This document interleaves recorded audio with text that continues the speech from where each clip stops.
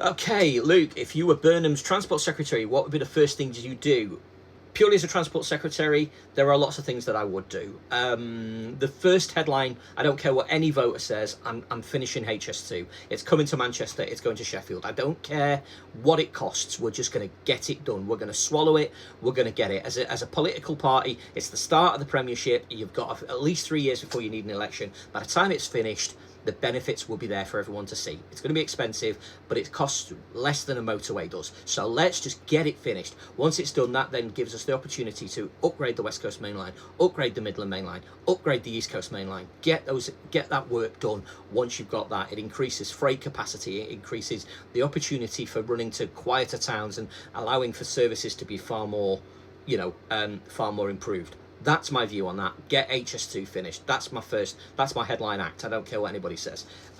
Secondly, I'm putting in a constant roving electrification policy. We're going to finish the Great Western Main Line. We're going to extend it up to Oxford as it should be to start with. We're then going to run it down to Westbury. So we're going to carry on from Newbury, take it down to Westbury because I think that's its most natural location to start with. We're going to finish the Transpennine route. We're then going to start electrifying the routes that don't have it. So Midland Main Line's going next. Once we've done the Midland Main Line, we're then going to get from Reading up to Birmingham. That's going to be electrified because it should be electrified for a core electric spine through the network, and we're going to keep doing that. And every new main line, as we finish one, we start the next, and we're going to keep going on and on and on and on. And the reason we're going to do that is because we can then start a national college program where kids can leave school, go to college, get an apprenticeship in electrification, learning how to do it, and then they've got a job for life, and then the skills are there and are transferable onwards and onwards and onwards. And by the time we get to the routes that probably can't justify electrification,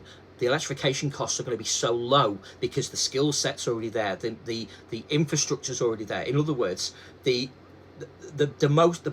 difficult thing with electrification is because we in this country we do it in fits and starts. There is no regular chain of like in a car, there is no regular parts delivery, so companies can't guarantee that they're going to still be making electrification parts in 5 years time, so the costs are expensive. If you know that the national railway is going to be electrified over the next 40 years, you can build a factory knowing that you can make parts for electrification, and those costs start to come down and come down and come down. And by the time you get to the bits of routes that probably would never justify electrification, you can afford to do it relatively cheaply because you know how to solve problems because you've done it on the big lines, and doing it on the smaller lines makes it easier. And then eventually we get that net zero and we've got jobs for life, and the electrification costs that right now are extortionate per mile suddenly start to drop in, significantly. They drop.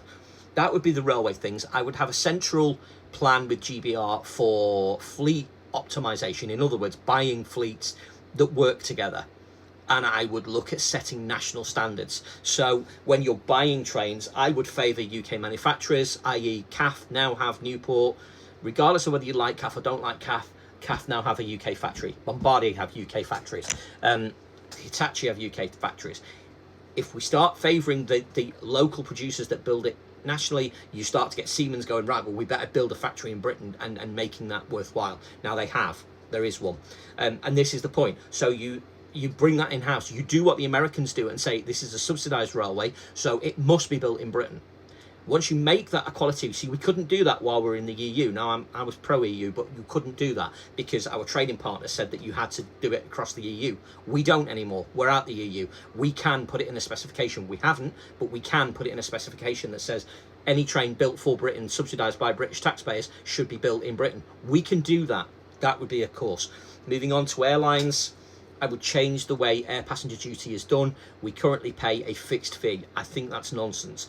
I would set it at percentage. That way, if you can find yourself that cheaper fare in business, you are not going to feel ripped off when you go and you suddenly find that it's 150 quid extra per person because you've got a business class fare to Orlando for 40 quid. No.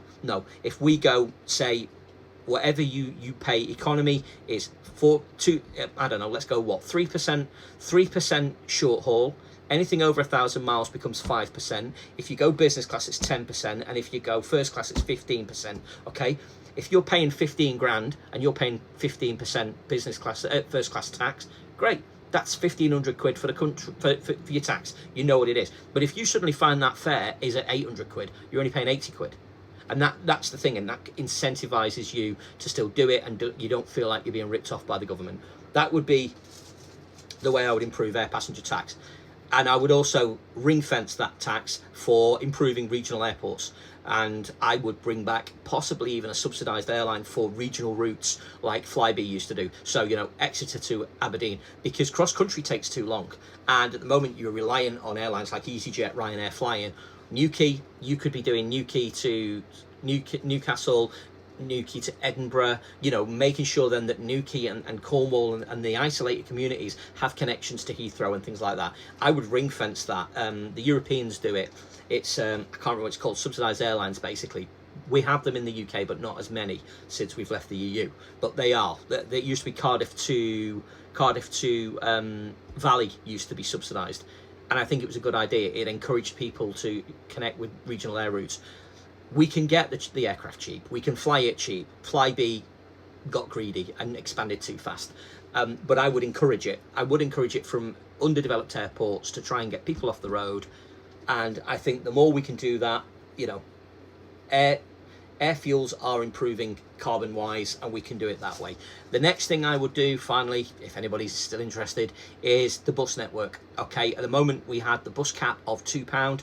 I'd bring that back. Genuinely, I'd bring that back. I think it's proven that even operators like Stagecoach, people like that, with the £2 cap, were more brave in terms of operating services because they knew that people would use it. Warrington, for example, Warrington's last bus used to be 6 o'clock, and then it went hourly on this route during the day. The route that I live on has a 10-minute frequency, 15-minute frequency. At night, after 6 o'clock, it was 9 o'clock. It was 1 an hour, because that was the bare minimum they had to produce, 1 an hour. You put that cap in, suddenly, and we've now got a half-hourly bus service.